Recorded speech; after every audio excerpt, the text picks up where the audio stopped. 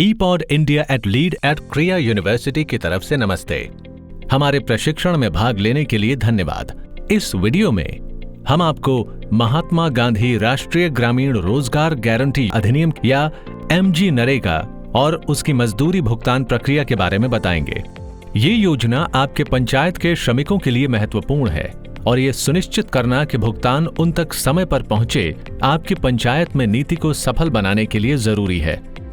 श्रमिक द्वारा काम की मांग करने के बाद पीआरएस एक दस्तावेज जारी करता है जिसे मस्टर रोल कहा जाता है। मस्टर रोल या एमआर में एक विशिष्ट मनरेगा कार्य के लिए आवंटित सभी श्रमिकों का विवरण होता है। ये 14 दिनों के लिए वैध है, इसलिए यदि 1 जुलाई 2020 को मस्टर रोल खोला जाता है तो ये 14 जुलाई 2020 को बंद हो जाएगा। मनरेगा के अनुसार मजदूरों को मस्टर रोल बंद होने के 15 दिनों के भीतर भुगतान प्राप्त हो जाना चाहिए। मजदूरी भुगतान को कई स्तरों पर संसाधित किया जाता है, पहले ग्राम पंचायत, फिर ब्लॉक, फिर केंद्र सरकार और फिर बैंक। ये सुनिश्चित करने के लिए कि सभी स्तर भुगतान को 15 दिन के भीतर पूरा करने के लिए काम करें, भुगतान प्रक्रिया में सभी कदमों पर समय सीमाएं बनाई गई हैं। ग्राम पंचायत और ब्लॉक स्तरीय चरणों को स्टेज 1 कहा जाता है और केंद्र सरकार और बैंक स्तर के चरणों को स्टेज 2 कहा जाता है। सभी पंचायत और ब्लॉक स्तर के कदमों को 8 दिनों के भीतर पूरा किया जाना चाहिए। यदि ग्राम पंचायत और ब्लॉक स्तर के अधिकारी 8 दिनों के भीतर भुगतान की प्रक्रिया पूरी नहीं करते हैं तो भुगतान विलंबित माना जाएगा। अब हम आपको स्टेज 1 के तहत 5 चरणों के बारे में बताएंगे। पहला कदम ई मस्टर रोल में श्रमिकों की उपस्थिति को भरना है। एक बार जब मस्टर रोल बंद हो जाता है, पीआरएस एक ई मस्टर रोल में श्रमिकों की उपस्थिति दर्ज करने के लिए जिम्मेदार होता है। यह मस्टर रोल का डिजिटल रूप है मनरेगा ऑनलाइन सिस्टम पर, जिसे नरेगा MIS के रूप में जाना जाता है। उपस्थिति को मस्टर रोल बंद होने के 2 दिनों के भीतर भरना होगा। इसलिए यदि 14 जुलाई 2020 को मस्टर रोल बंद हो जाता है तो पीआरएस को MIS पर उपस्थिति की जानकारी 16 जुलाई 2020 तक भरनी चाहिए। यदि पीआरएस 2 दिन से अधिक समय लेते हैं तो मस्टर रोल विलंबित हो जाता है। दूसरा कदम किए गए काम के माप को माप पुस्तिका में भरना है। उपस्थिति दर्ज हो जाने के बाद हर श्रमिक द्वारा किए गए काम को मापने के लिए कनिष्ठ अभियंता या पंचायत तकनीकी सहायक जिम्मेदार होते हैं।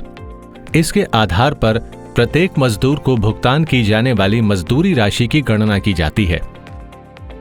पूर्ण काम का विवरण जेई या PTA द्वारा माप पुस्तिका में दर्ज किया जाता है। इसे मस्टर रोल बंद होने के 5 दिनों के भीतर पूरा किया जाना चाहिए।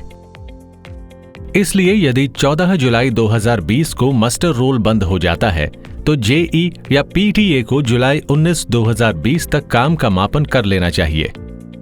यदि मस्टर रोल बंद होने के बाद 5 दिनों के भीतर माप पुस्तिका नहीं भरी जाती है तो मस्टर को विलंबित मस्टर के रूप में गिना जाएगा। इस कदम तक भुगतान प्रक्रिया के सभी कदम ग्राम पंचायत स्तर पर पूरे किए गए थे। आगे के कदम ब्लॉक स्तर पर पूरे किए जाते हैं। तीसरा कदम वेतन सूची तैयार करना और उसे ब्लॉक कार्यालय भेजना है। जब MIS पर उपस्थिति दर्ज हो जाती है और माप पुस्तिका भर दी जाती है तो ब्लॉक कंप्यूटर ऑपरेटर पीआरएस की मदद से एक वेतन सूची बनाते हैं जिसमें मजदूरों के नाम और उनकी भुगतान राशि की जानकारी होती है। बिहार में श्रमिक काम के प्रत्येक दिन के लिए 194 रुपये प्राप्त करने के हकदार हैं। वेतन सूची बनाने के बाद इसे ब्लॉक लेखापाल को MIS पर समीक्षा के लिए भेजा जाता है। मस्टर रोल बंद होने के 6 दिनों के भीतर वेतन सूची भेजी जानी चाहिए। इसलिए यदि 14 जुलाई 2020 को मस्टर रोल बंद हो जाता है तो ब्लॉक कंप्यूटर ऑपरेटर को 20 जुलाई 2020 तक वेतन सूची तैयार करके भेज देनी चाहिए। यदि मस्टर रोल बंद होने के 6 दिनों के भीतर वेतन सूची नहीं भेजी जाती है तो मस्टर को विलंबित मस्टर के रूप में गिना जाएगा।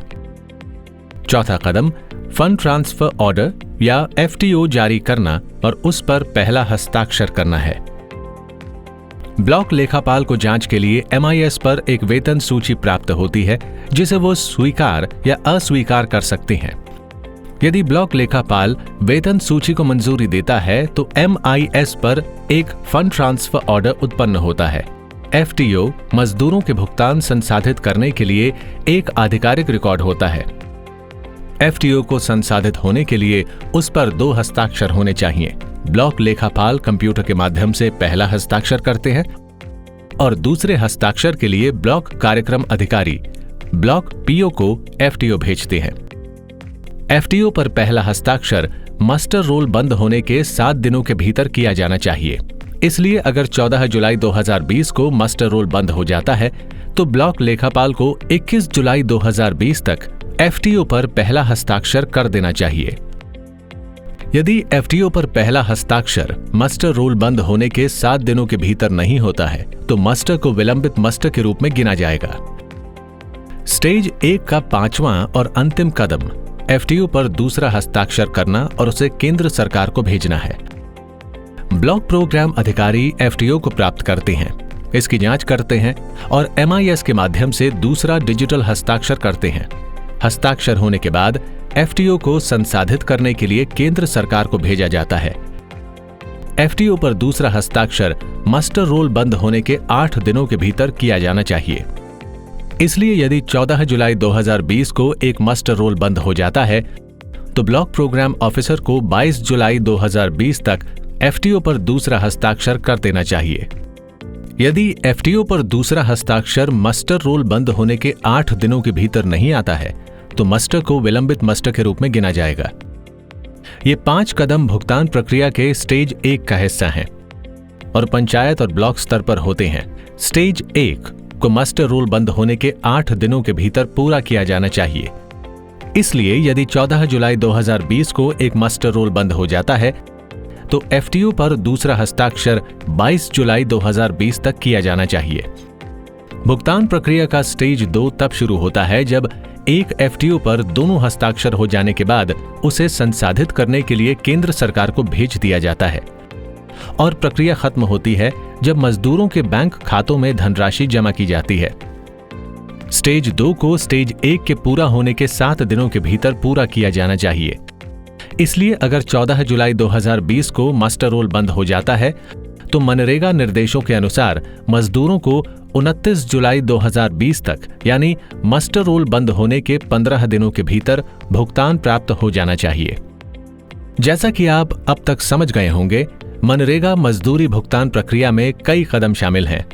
एक बार मस्टर रोल किसी भी कदम पर विलंबित हो जाता है, ये भुगतान प्रक्रिया में तब तक आगे नहीं बढ़ सकता जब तक सभी पिछले कदम पूरे नहीं हो जाते। उदाहरण के लिए, यदि PRS समय पर ई-मस्टर रोल में उपस्थिति नहीं भरते हैं तो कनिष्ठ अभियंत या तकनीकी सहायक किए गए कार्य का माप नहीं भर पाएंगे। इसलिए विलंबित मस्टर ग्राम पंचायत स्तर पर तब तक अटका रहेगा जब तक कि उपस्थिति न भर दी गई हो। ये देरी मजदूरों के वेतन भुगतान को प्रभावित कर सकती है क्योंकि सरकार FTO को संसाधित करके धनराशि तब आगे नहीं भेज सकती जब तक पंचायत और ब्लॉक स्तर के कदम पूरे नहीं किए जाते। ये कारण है कि राज्य ने स्टेज 1 पर देरी को कम करने को प्राथमिकता दी है। कोई भी मजदूरी भुगतान देरी सीधे मनरेगा अधिनियम के तहत मजदूरों के अधिकारों का उल्लंघन करता है। हम समझते हैं कि ग्राम पंचायत के अधिकारी बहुत मेहनत कर रहे हैं और आपके मतदाताओं का कल्याण आपके लिए मुखिया के रूप में मायने रखता है। आने वाले महीनों के दौरान मॉनसून और महामारी की वजह से आपकी पंचायत में लोगों की आजीविका को बनाए रखने के लिए मनरेगा बेहद मूल्यवान साबित हो सकता है। आप प्रत्येक श्रमिक के भुगतान की स्थिति को नरेगा MIS पर ट्रैक कर सकते हैं, जिसे आप www.narega.nic.in पर देख सकते हैं। हमें उम्मीद है कि ये जानकारी मनरेगा के तहत भुगतान प्रक्रियाओं को बेहतर ढंग से समझने में आपकी मदद करेगी। यदि आपके पास कोई और प्रश्न है तो हमसे बेझिझक संपर्क करें। इस वीडियो को देखने के लिए धन्यवाद। हम आपके साथ संपर्क में रहने की उम्मीद करते हैं और हम बिहार में मनरेगा कार्यान्वयन को समझने और समर्थन करने के लिए बिहार सरकार के बिहार रूरल डेवलपमेंट सोसाइटी के साथ काम करना जारी रखेंगे।